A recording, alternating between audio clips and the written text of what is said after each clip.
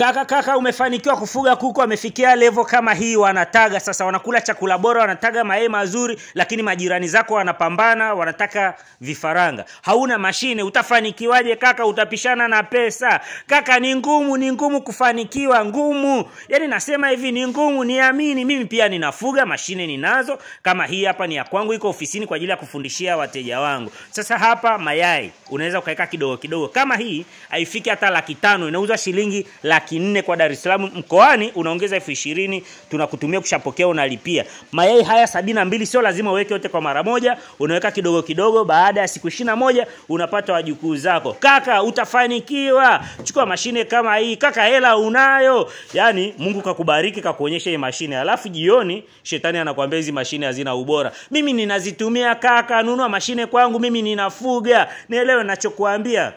Uko mkoa gani nikutumia mashine hii, kushapokea unalipia. Na hapa ni Mwalimu Kuku Farm.